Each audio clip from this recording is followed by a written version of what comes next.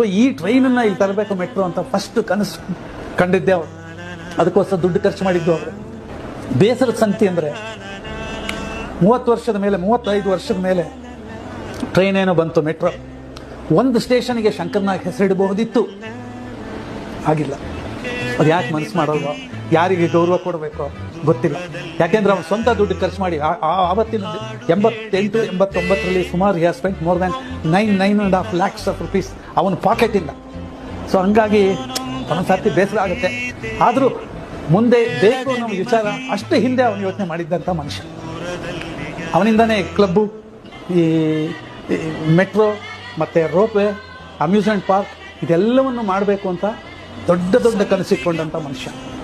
ಬರೀ ನಾವು ಸಿನಿಮಾನಲ್ಲಿ karate king ಅಂತ ಹೆಸರು ತೊಗೊಂಡು ಮರ ಸುತ್ತಕೊಂಡು ಡಿಸ್ಕಮ್ ಮಾಡ್ಕೊಂಡು ನಾಳೆ ನಮ್ಮ ಮಕ್ಕಳು ನಮ್ಮನ್ನು ಇದೇನ ಮಾಡಿದ್ದು ಅಂತ ಕೇಳಿದ್ರೆ ನಾವೇನಾದ್ರೂ ಕಾಂಕ್ರೀಟಾಗಿ ಮಾಡಬೇಕು, ಸಮಾಜದ ಕಳಕಳಿ ಬೇಕು